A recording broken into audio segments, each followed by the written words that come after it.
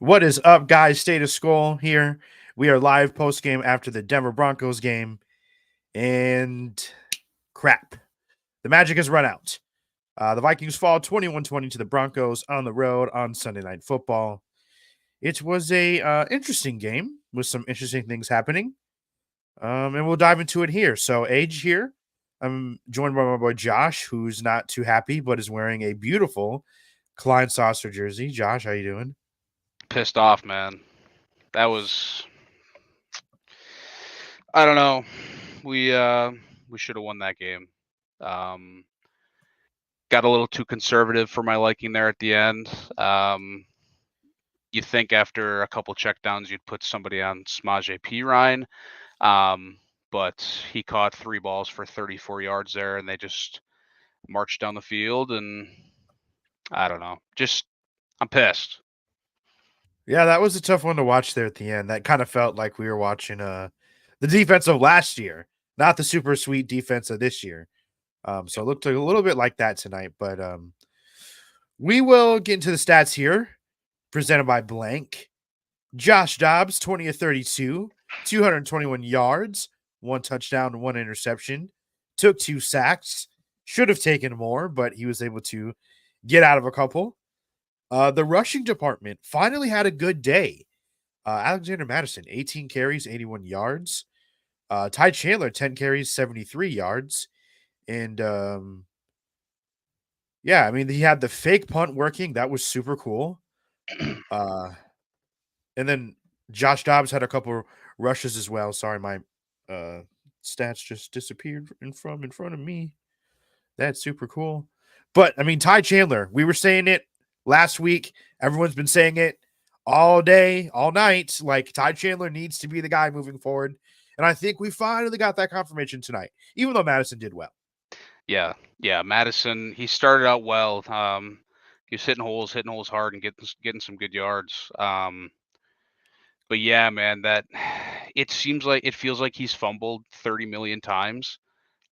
He's only fumbled twice this year, but that fumble was just that hurt, and then after that, he just couldn't get anything going. And I don't know. I think like you said, we talked about it. Ty Chandler needs to see the rock more, and we talked about it before the game too. I mean, we were able to run the ball, and it kind of seemed like they abandoned it there for a little bit. Sometimes they did it when they shouldn't have. We were in the red zone there at like the 15, 20-yard line. First down, run the ball, nothing. Second down, run the ball, nothing. Okay, well, now it's 3rd and 10. And yeah, I don't know. I'm pissed, AJ. I am pissed. It feels like we were watching is this the early 2010s play calling with Adrian Peterson where we would get 2 yards and 3rd and 8 and then we would throw it? It feels like it, man. And what makes this like I hate Sean Payton. I Oh, hate everyone Sean does. Payton. That guy has the most punchable face in the NFL. I just hate losing to that guy. This game just and the Broncos, like, yeah, they're hot, but they're not. I mean, they didn't do anything crazy to beat us. No. Our defense played well until till the fourth quarter, really. Giving up 12 points in the fourth quarter, it's not great. Um, I don't know, man. On to Chicago. Yeah, I mean, and losing that turnover battle doesn't help either. So Josh Dobbs throws a pick. Madison lost a fumble. Josh Dobbs also lost a fumble on that first drive on that neat play, but you Yeah, got to hold on to the ball. And then Kareem Jackson just comes sailing in there with his rocket ship ass. Should have been called for a flag. That dude just got suspended for doing the same thing. yeah. There were a couple plays where there was a obvious helmet to helmet just hammer, and nothing got called. It's Yeah, just there was the one on Madison where he was going down and like the yeah, guy flew in, like he just came back from a concussion. yeah, Like, we need to protect our players better. But yeah. yeah, Josh Dobbs, 8 carries, 21 yards, a touchdown. He had that sweet touchdown run. I don't know, man. It kind of seems like for him right now, it's just really the broken plays that are getting by. Hmm. Like, the stuff downfield is not there. And you kind of saw that in the second half. And that was something that I saw last week that I was super worried about. And that kind of carried into tonight. I mean, there's some good throws that happened, but it was really just on the little breakdowns that Denver had where we were Yeah. able to get loose. So Yeah, and it's just frustrating. Our O-line played pretty well all game, and then when it mattered there at the end, Denver kept bringing those blitzes, and we just couldn't give Dobbs a sliver of time. He was going to he was just trying to get out of there right away. yeah, that was seemed like it kind of just fell apart late, and they were sending tons of pressure. And in that situation, when you're going 2 minute as a defense, you have to drop back. But Mhm.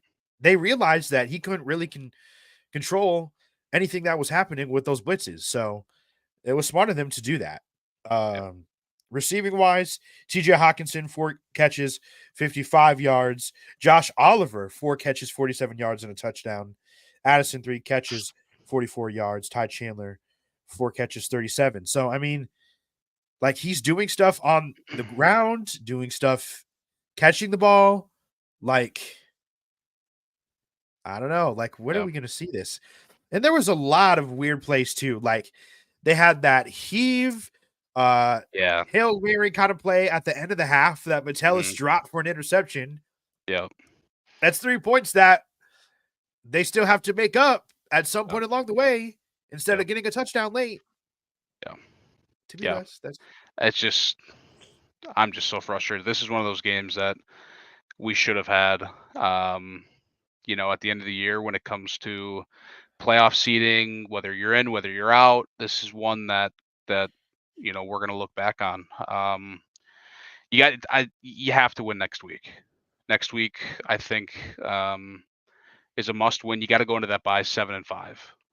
You cannot you cannot drop one to the Bears. So help me God if they drop one to the Bears next week. I am gonna. You think I'm pissed now, AJ?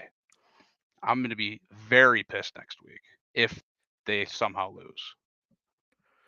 well, we never lose to the Bears when it seems like we shouldn't, but at the same time, well, I should say that we should always lose to the Bears when it feels like we shouldn't.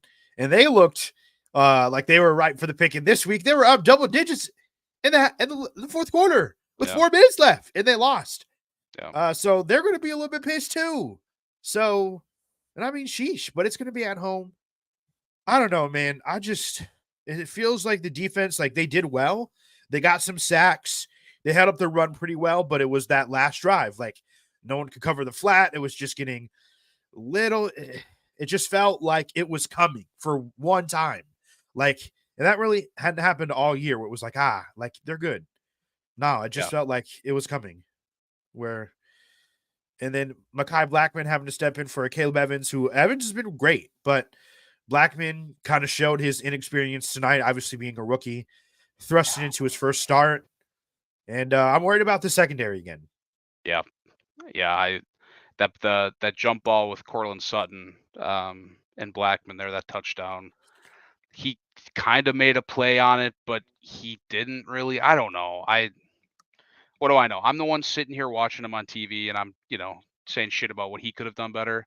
But I'm just pissed. The line. I was looking at the line here. Next week against the Bears, it opens at Vikings by 3.5. Mm. So we'll see how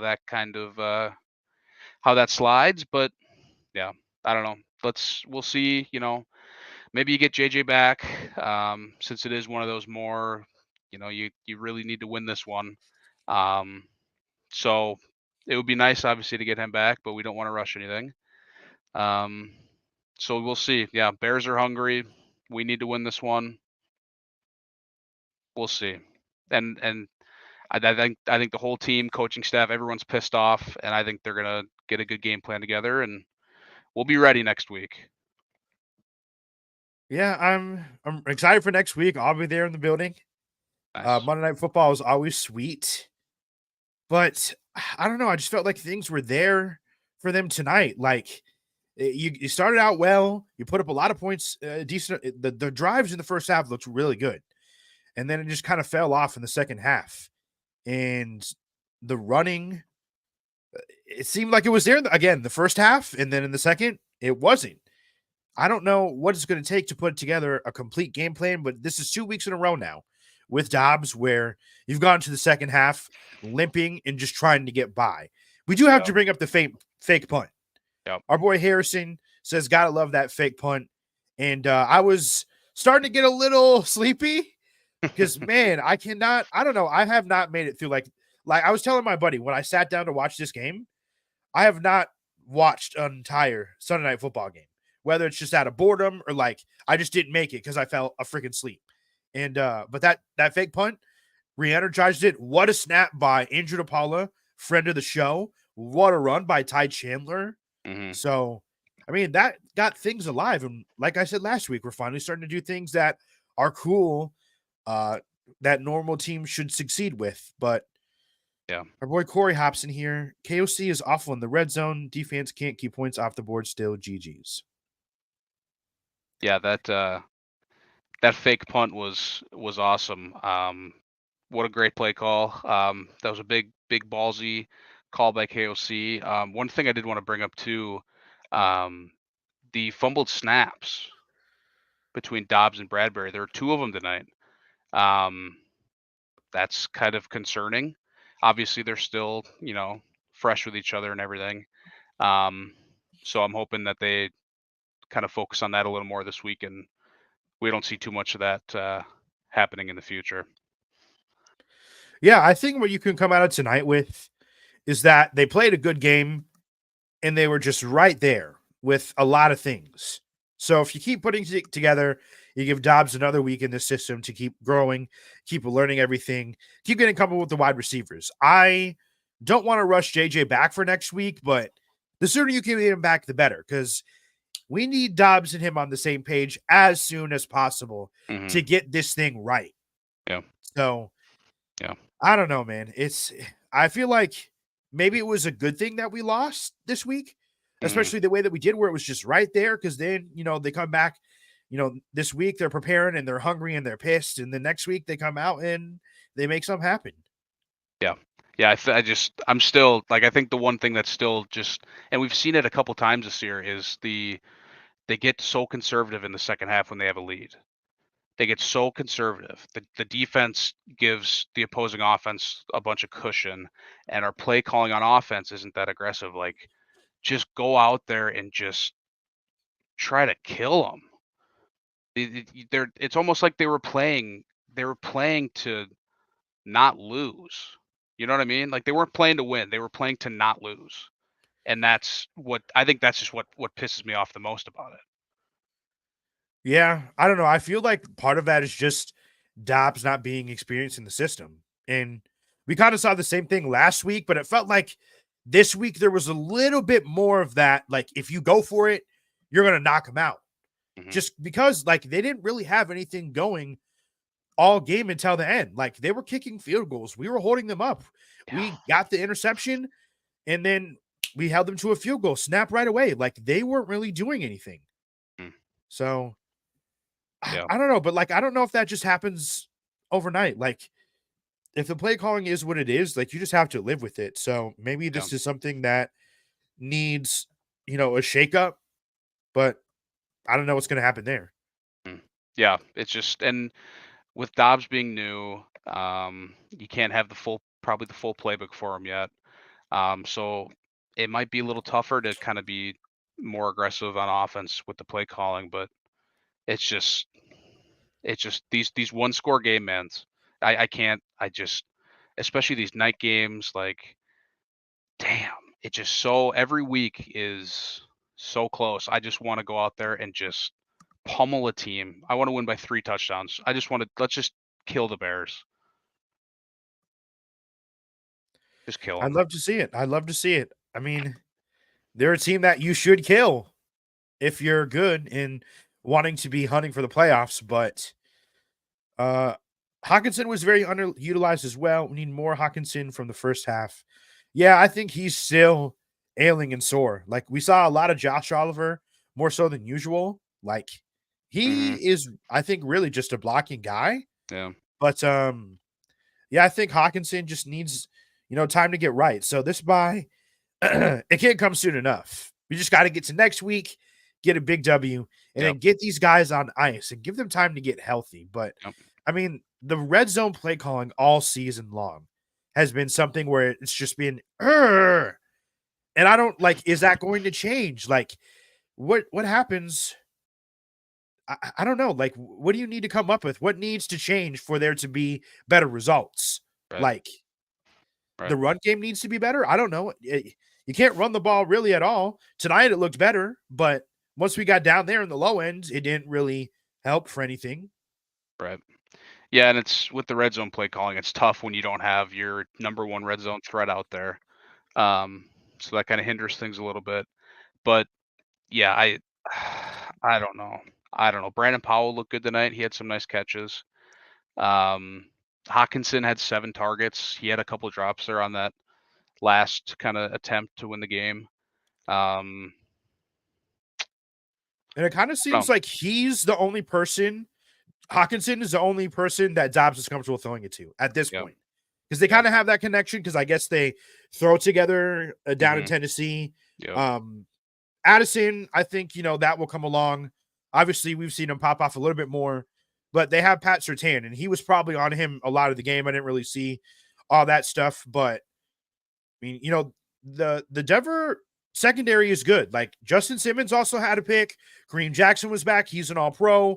Pat Surtain is that dude. So, yep, maybe it's not a huge surprise that we struggled to throw the ball crazily, hmm, especially on that last drive, but yeah, man, it looks like ugh. yeah, So, yeah. let's That clean this up. blitz. Yep, I agree. I think as frustrating as this loss was, this is one of those where you come in tomorrow, you look at some film, um, you just kind of take a quick look at it, and you move on. You don't you don't hinder on this one. Got to get ready for Chicago Monday night, so you get an extra day of prep. Um, so yeah, let's let's get ready to beat Chicago 35-3. You want that blowout win so I bad. want it so bad. Oh man. Before we get out of here, I want to tell you about our friends at Underdog Fantasy. Guys, they present this show. They have the best pick'em game on the market. If you're not playing on Underdog Fantasy, you're not doing the stuff right. Underdog Fantasy in the pick'em game. Just pick higher or lower on your favorite or least favorite player stats, and you can win up to 20 times your money in a single night. Underdog keeps it super simple with their easy-to-use website and mobile apps. Pick between 2 and 5 players to fill out your pick'em entry, get every pick right, and take home some cold hard cash. Use the code 10K and get your first deposit doubled up to $100 by Underdog Fantasy. Cooked up a little bit of a sweaty guy tonight. Unfortunately, it did not work out. So we had TJ Hawkinson higher on 6 receptions, came up with 4, should have been more. Russell Wilson higher than 27.5 passing attempts. He had 35. That was pretty easy money. And then Dobbs fell just short. 18.9 fantasy points on the higher. He came in with 17.94. So unfortunately, maybe if he has a better drive on that last drive, we get a 2 out of 3, but didn't insure it. We go for broke here. So Yeah, yeah. So yeah, man. On to Chicago. You better be loud in there on Monday night. I expect a strong showing from you. Yeah, let's go, man. It's Bear Week. I always have a strong showing. I got good seats. I'm facing towards the window, exactly where I want to sit for a primetime game. I'm going to be ready. Yeah. And there's nothing more that I hate than when people go to the game, then they sit down on third down. Like, Hmm. get up. We Yeah. need you to make noise. I don't care if it's the first quarter. I don't care if it's 3rd and 1 at the 1. Like, you need to get up. Yeah. So Yeah. Speaking of being at games, we forgot to mention how you were maybe there tonight, or your doppelganger was there tonight. my dark-skinned body double was in attendance in Denver, and I was regretting that I didn't go, but my twin was there for me in spirit. So that was pretty cool. But yeah, I was like, oh my God, this guy looks like me and Craig Robinson combined. Like, That and was. I don't want to make any assumptions, but he looked a little bit zooted. And that probably would have been me too. Like, Yeah. having to go all day and be like, yeah, let's go. We're at the game. Can you take me? So Oh, that's hilarious. he was there for me in spirit. Yeah, for sure. All right, guys, that's going to do it for us here on State of Skol. Thank you for watching. Thank you for listening. Thank you for chiming in with your comments. We will be live on Thursday, sometime in the 6 o'clock hour, to preview that Bears game on Monday Night Football. And then we'll be live for you post-game on the Monday night. So that's going to be another great and late one. For AJ and Josh here at State of Skol, thank you for watching. Thank you for listening. We'll see y'all later. I guess.